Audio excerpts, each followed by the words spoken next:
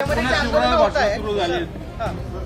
राज्यात पुन्हा शिवराळ भाषण सुरू झाले. आंदोलन होत आहेत किंवा जी जात पडताना हे महाराष्ट्राला पुरवणारं काय आहे? पुन्हा दंगली, पुन्हा दंगली.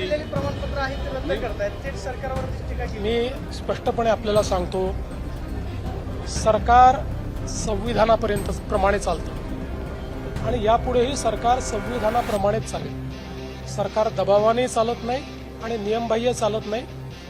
मात्र सरकार सगळ्यांचं ऐकून घेतं. सगळ्यांचं ऐकून घेणं ही सरकारची जबाबदारी असते.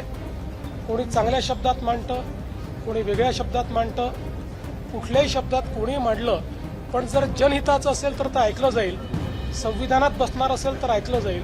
संविधानात बसणार नसेल तर ऐकलं जाणार नाही. होणार का ते? असं आहे, अगदी स्पष्टपणे तुम्हाला सांगायचं झालं, ते काय पहिल्यांदा आहे का?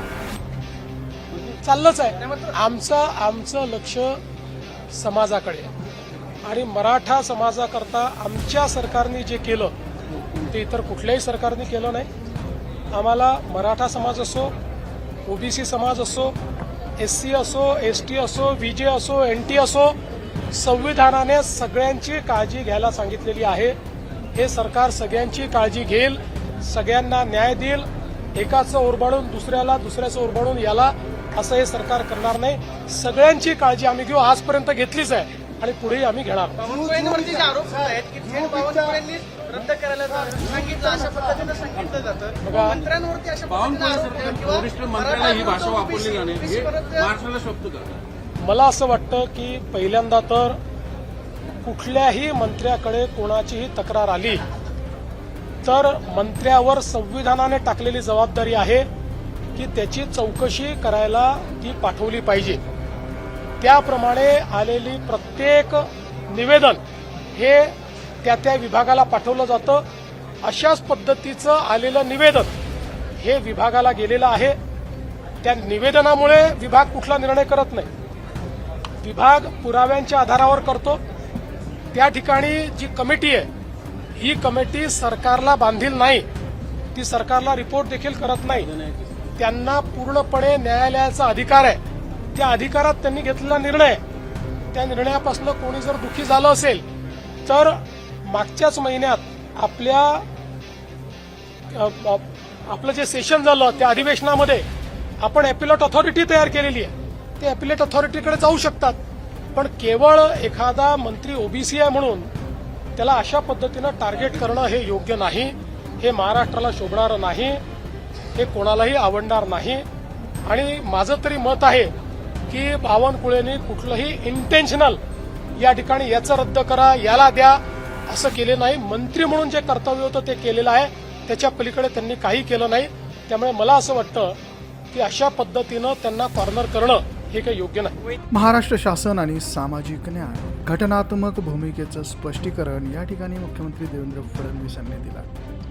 मंडळी, महाराष्ट्रातील चालू आंदोलन, मनोज जरांगे यांचं आंदोलन, आरक्षणाचा मुद्दा आणि मंत्र्यांवरील आरोप याबद्दल मुख्यमंत्र्यांनी अधिकृत भूमिकेचा आढावा घेतलेला. यामध्ये प्रामुख्याने संविधानाच्या चौकटीत राहून निर्णय घेण्यावर भर देण्यात आला. समावेशक विकासावर भर देण्यात आला. तर सरकार कोणत्याही राजकीय दबावाखाली काम करत नसतं, नाही. संविधानाच्या चौकटीत राहूनच कारभार आपण करतो असं यावेळेस फडणवीसांनी स्पष्ट केलं. तर लोकशाहीत प्रत्येकाचं म्हणणं ऐकून घेणं ही सरकारची जबाबदारी असते आणि ती आपण तंतोतंत पाळतोय असं देखील यावेळेस फडणवीस म्हणाल्यात. आणि मग कोणत्याही शब्दात मांडले असले तरी देखील लोकशाहीमध्ये प्रत्येकाचं म्हणणं ऐकून घेणं ही सरकारची जबाबदारी असते असं ते या ठिकाणी म्हणतात. मग ते कोणत्याही शब्दात मांडलं गेलं असलं तरी सुद्धा जर मांडलेले मुद्दे जनहिताचे आणि संविधानाला धरून असतील तर त्यावर सकारात्मक विचार केला जाईल असं यावेळेस फडणवीसांनी स्पष्ट केलं. तर सरकार मराठा समाज, ओबीसी समाज, एससी, एसटी आणि इतर सर्व घटकांसाठी कटिबद्ध असल्याचं यावेळेस फडणवीसांनी सांगितलं. मराठा समाजासाठी या सरकारने जेवढं काम केलंय तेवढं काम इतर कोणत्याही सरकारने केलेलं नाही असा दावा देखील त्यांनी यावेळेस केला. एकाच समाजाच्या हक्कावर गदा आणून दुसऱ्याला लाभ देणं हे सरकारचं धोरण कधीच नसतं आणि आमचं नाही असं देखील यावेळेस फडणवीसांनी स्पष्ट केलेलं आहे. मंत्र्यांकडे आलेल्या तक्रारी किंवा निवेदनं संबंधित विभागाकडे चौकशीसाठी पाठवणं हे त्यांचे घटनात्मक कर्तव्य असल्याचं यावेळेस फडणवीसांनी सांगितलं।